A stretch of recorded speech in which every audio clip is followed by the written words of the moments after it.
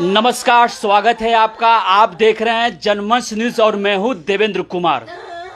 इस वक्त मैं उस परिवार के घर आया हुआ हूं जिसे सुनने और जानने के बाद आपका दिल रो बैठेगा।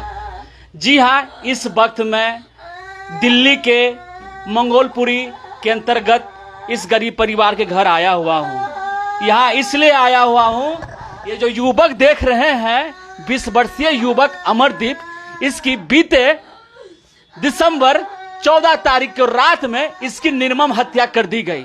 यह व्यक्ति आईपीएस बनना चाहता था, लेकिन इसकी निर्मम हत्या कर दी गई और अब तक इस गरीब परिवार को न्याय देने के लिए कोई भी सामने नहीं आया। ना यहाँ का नगर निगम सामने आया, ना यहाँ के विधायक सामने आया, ना केजरीवाल सामने आया। जो केजरीवाल कहते हैं कि हम गरीबों की सरकार है, आम आदमी की सरकार है। अब मैं ज्यादा नहीं बताऊंगा, इस पूरे परिवार की पूरी घटनाक्रम समझाऊंगा कि इनके साथ क्या हुआ है। अमरदीप की ये माँ है जो बेहोश हो रही है, जब भी उठती है, जब भी जागती है, सिर्फ रोती है। ये इसके मजबूर पिता है जो एक मजदूर है, ये उनके भाई हैं जो न्याय के लिए भटक रहे हैं, और ये इनकी बहन है जो भी न्याय चाह रही हैं। लेकिन अब तक इस बच्चे को न्याय नहीं मिला। ये इतने लोग कमजोर हैं कि इनके पास कमाने के लिए अब कुछ नहीं है। वो बच्चा कमाता था और इसके ऊपर देता था। ये देखिए क्या स्थिति है। लाइव देख, जनमंच पर लाइव देख रहे हैं आप। देखिए बेहोश हो गई है, ये बेहोश हो चुकी है और जनमंच पर आप देख रहे हैं। ये स्थिति है। मैं पूरा, आप जो भी जिस वक्त जनमंच को देख रहे हैं, प्लीज वीडियो को शेयर करते जाएं आप, और दिखाइए कि दिल्ली की राजधानी में क्या खो रहा है। न्याय के लिए किस तरह गरीब को तड़पना पड़ता है। ये देखिए, मेरे भाभी मर जाएगी तो मेरा बच्चा भाई कहाँ जाएगा। बेटा के पीछे जान हत्या करने के लिए तैयार है ये। मैं क्या करूँ, कितना मैं इसको अपने पास रखूँ। मेरा भी अपना घर है, मेरा भी बच्चे हैं। मैं क्या करूँ, मैं इसके साथ कितना घंटा बैठे रहूँ। इसको सकते हैं बेहोश है। अभी मैं जानने की कोशिश करूंगा, पूरी घटना बताऊंगा और समझाऊंगा कि राजधानी में अगर किसी की हत्या हो जाए तो न्याय कैसे मिलता है, न्याय कैसे मिलता है, न्याय के लिए कैसे तड़पना पड़ता है, कैसे गिड़गिड़ाना पड़ता है। और यही सच्चाई है। देखिए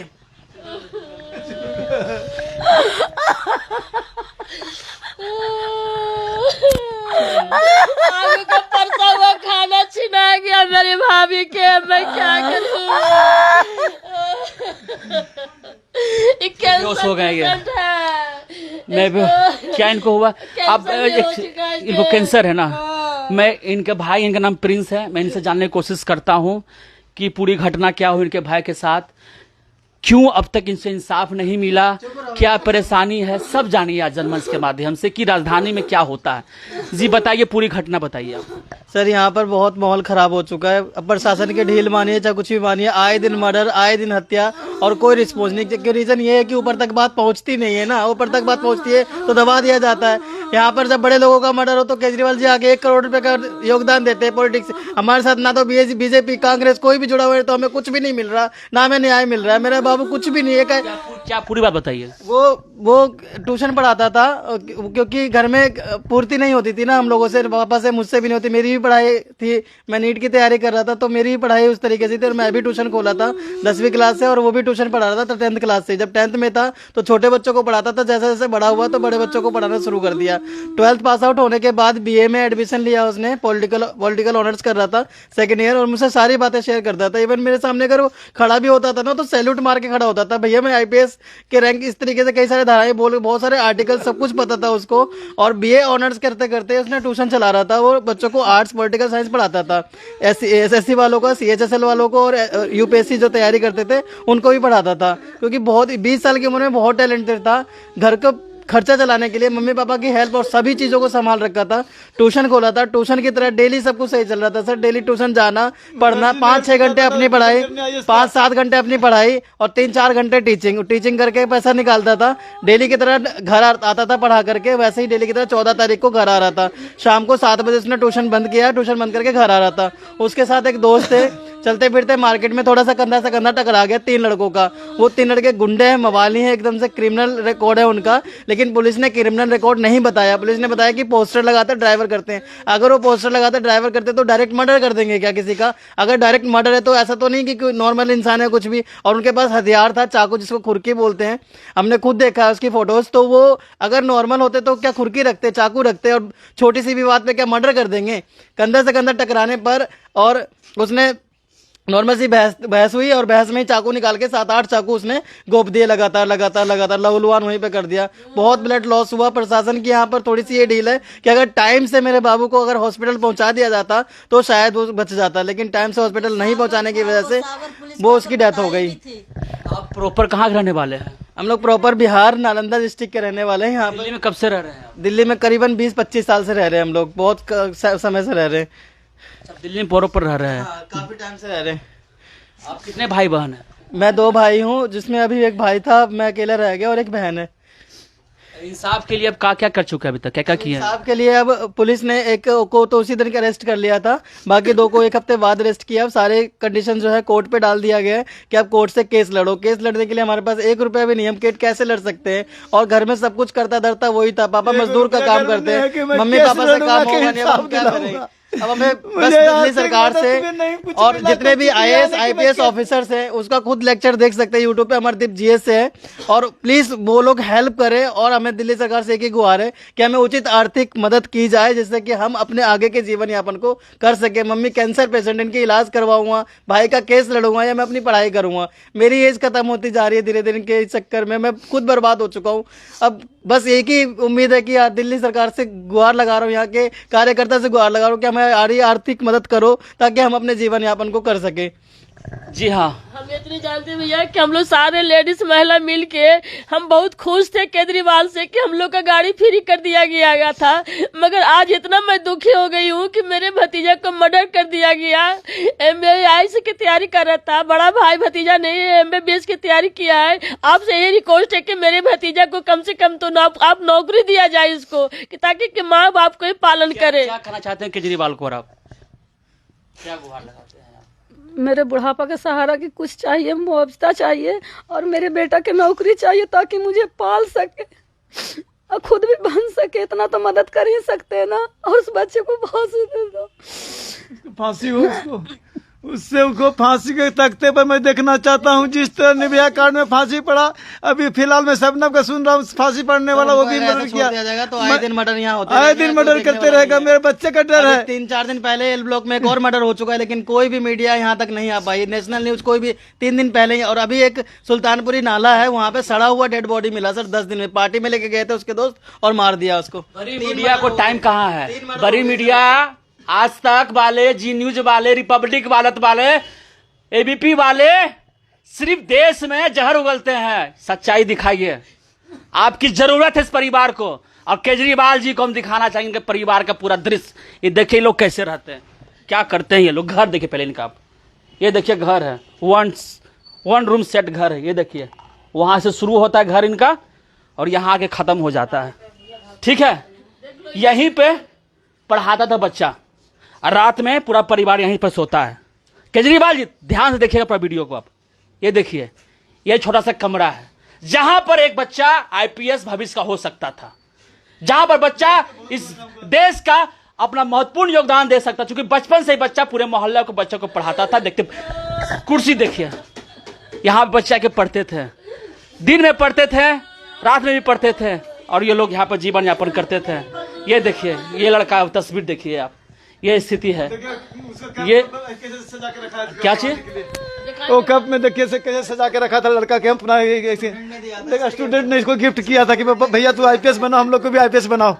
हम लोग को IPS बनाने का सपना सारे बच्चों को दे रहा था। वो इतना सुंदर बच्चा रखा था, सारे बच्चे एकदम भोकार बना के। ये बच्चा है वो 11th क्लास का चैप्टर नंबर 5 है, ठीक है।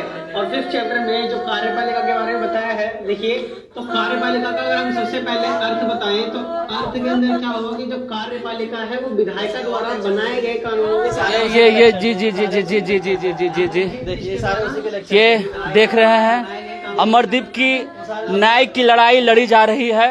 अब तक इस गरीब परिवार को मदद करने के लिए अरविंद केजरीवाल के कोई भी प्रतिनिधि यहाँ नहीं पहुंचे हैं, ना यहाँ के नगर निगम पार्षद पहुंचे हैं, कोई नहीं पहुंचे हैं।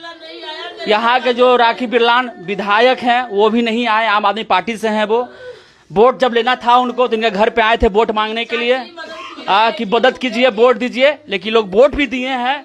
लेकिन देखिए, नेता कुर्सी के प्यारे होता है, साबित हो गया, ये साबित हो गया।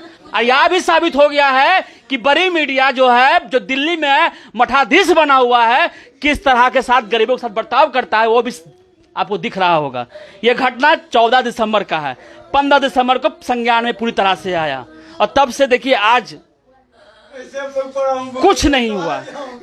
इस परिवार को आवाज सिर्फ जनमंच पर आप देख रहे हैं। अगर आपको लगता है इस परिवार को न्याय मिले तो इस वीडियो को वायरल कीजिए, शेयर कीजिए। आपका शेयर जो करेंगे ना, तभी इनका आवाज पूरा दिल्ली में गूंजेगा, नहीं तो इनका आवाज यहीं पे सिमट के रह जाएगा। इस जो परिवार जो न्याय मांग रहे हैं कि इनके बेटा को कम से कम आर्थिक मदद किया जाए, इनको नौकरी दिया जाए, वो भी नहीं मिलेगा। क्योंकि यहाँ की जो सरकार है सिर्फ सत्ता लोभी सरकार है, सत्ता चाहिए, बस यही सच्चाई है। क्या चीज? पड़ोसी ना पूछिए इससे कैसा बच्चा था वो। अगर किसी चीज में, लड़कीबाजी में, छेड़खानी में मेरा बच्चा अगर होता, कोई कनेक्शन निकल जाता आज तो मैं केस वापस ले लेता सरकार सर, मगर हमारे बच्चे में कोई कनेक्शन नहीं था।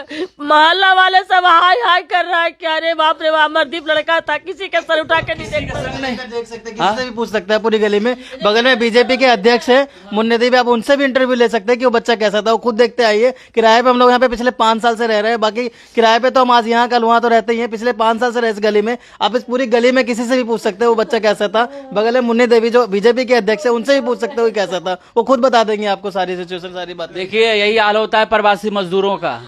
लोग कहते हैं, लोग क्या कहते हैं, नीतीश कुमार कहते हैं कि बिहार आइए, बिहार में हर सुख सुविधा देंगे। ये देखिए क्या करें, बिहार में रोजगार नहीं है, ये लोग रोजगार यहाँ करने आए, सुरक्षित परिवार नहीं है, तो जनता जाए कहां? सवाल यह है, जनता जाए कहां? बिहार में रहने को जगह नहीं है, दिल्ली में जगह है तो हत्या कर दी जा रही है, सुरक्षित लोग नहीं है। और बड़े बड़े नेता वादा करते हैं कि हम आम आदमी की आवाज है, हम गरीबों की आवाज है। तो भैया ये तो गरीब ही तो है। मैं सरपंच विधायक का ससुराल का हूँ। ससुराल कहीं के नेता किसी का नहीं होता है, नेता सिर्फ वोट का होता है। आप लोग गलत आदमी को वोट देते हैं, यही सजा मिलता है। अच्छा आदमी को वोट दीजिए। नहीं, हम लोग तो कैबिनेट मंत्री पे भी गुहार लगा रहे हैं। रामविलास पासवान जी के जो बेटे जी हैं, चिराग पासवान जी, उनसे भी बहुत उम्मीद है हमें, और मुझे भी विश्वास है कुछ कहें वो, मुझे लगता है कि वो आएंगे, क्योंकि उनसे गए थे आप लोग। मेरे विक्रम भैया है, उनसे बात हुई थी फोन पे, तो उन्होंने कल का अपॉइंटमेंट दिया कि कल आप आइए, हम आपसे बात करेंगे। तो चिराग पासवान जी का तो कम से कम एक रिस्पॉन्स भी है। फिर हम उनके पास भी गए थे, पशुपति पारस जी पासवान जो हमारे कैबिनेट मंत्री है, उनका पीए कुश पासवान जी से भी बात हुआ था। तो उन्होंने जो है एसएचओ को कॉल किया था और फटकार लगाई थी, और एसएचओ को कॉल करके कहा था, लेकिन आर्थिक मदद का कोई रिस्पॉन्स नहीं मिला। जनमंच न्यूज पर अमरदीप के न्याय के लिए मुहिम चलता रहेगा। जब तक इस परिवार को न्याय नहीं मिल जाए, जनमंच न्यूज यानी देवेंद्र कुमार आपको खबर दिखाता रहेगा। और केजरीवाल जी, आप प्लीज इस परिवार को मदद कीजिए। आप आम जनता की आवाज है, आम जनता ने आपको वोट दिया तब मुख्यमंत्री बने हैं आप। अगर इनको परिवार को न्याय नहीं मिलेगा तो आम आदमी का विश्वास आपके ऊपर से उठ जाएगा। प्लीज इस खबर को जनता के हित में वायरल कीजिए, शेयर कीजिए। आपका धन्यवाद।